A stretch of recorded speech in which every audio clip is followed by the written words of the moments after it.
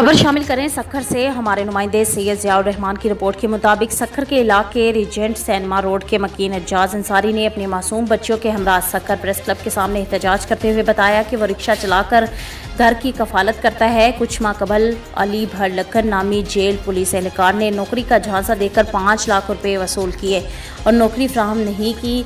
रकम मांगने पर वो इनकारी हो गया।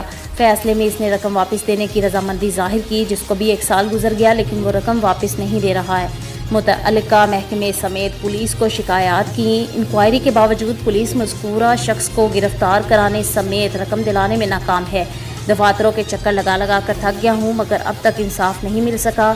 घर में नौबत फाका कशी तक जा पहुँची है। मुतासरा शख्स ने बाला हुक्काम से नोटिस लेकर इंसाफ और तहफ़्फ़ुज़ फ़राहमी का मुतालबा किया है।